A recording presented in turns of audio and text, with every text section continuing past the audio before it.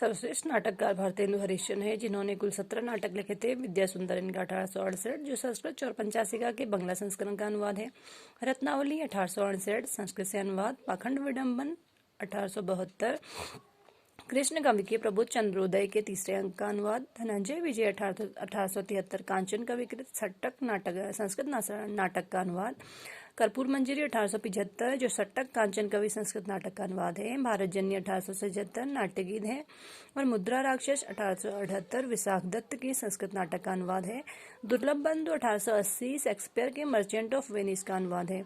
वैदिकी हिंसा हिंसा ने बहुत ही 1873 प्रहसन है इनका। सत्य हरिश्चंद्र 75 श्री चंद्रावली नाटिका 1876 विशेष विस्मोदम 76 भाण। भारत दुर्दशा नाट्य रासक 1880 नील देवी गीति रूपक है 1881 अंधेर नगरी प्रहसन है 1881 मोहन प्रेम जोगिनी नाटिका है 1875 में। सती प्रताप गीति रूपक है 1883 में जो नील देवी है और सती प्रकाश है, इन दोनों में इन्होंने प्रस्तावना नहीं रखी है।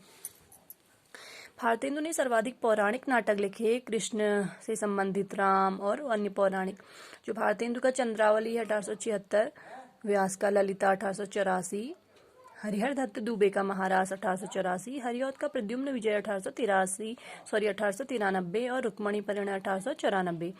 यह है कृष्ण से संबंधित। देवकीनंदन खत्री का है सीता हरण 1876, रामलीला 1879, शीतला प्रसाद त्रिपाठी का है रामचरितावली 1887, ज्वाला प्रसाद मिश्र का है सीता वनवास 1895, द्विजदास का है रामचरित्र नाटक 1891।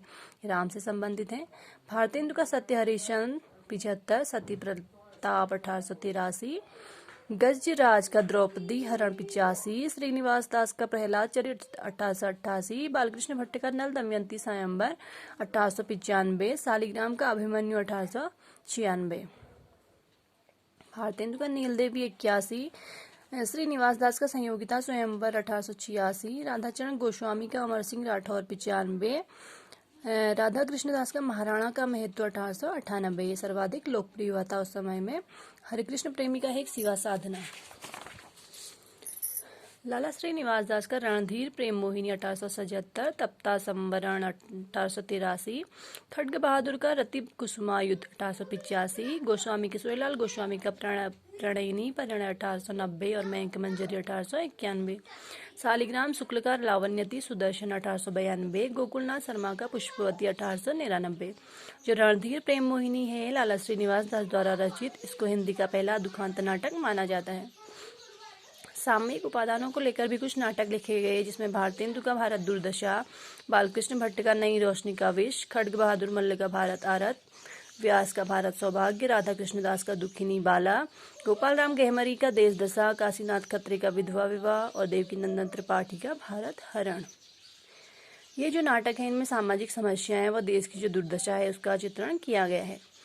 इस युग में सफल प्रहसनों की भी रचना की गई। भारतेंदु का वैदिकी हिंसा हिंसा ने बहुत ही अंधेर नगरी, बालकृष्ण भट्ट ने जैसा काम वैसा परिणाम 1877 और आचार विडंबन 1899, विजयानंद त्रिपाठी का महाअंधेर नगरी 1893 में, प्रताप नारायण मिश्र का कलि कौतुक रूपक 1886 में, राधाचरण गोस्वामी का बूढ़े मुंह मुहासे 1886 में।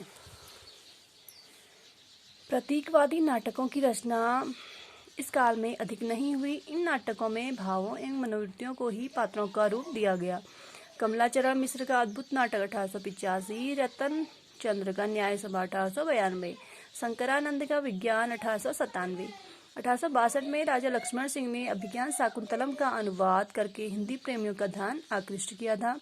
माइकल मधुसूदन ने पद्मावती और समृष्टा नाटक का बालकृष्ण भट्ट ने 1878 में अनुवाद किया तथा 1886 में लाला श्रीनिवास दास के संयोगिता स्वयंवर नाटक की सच्ची समालोचना की।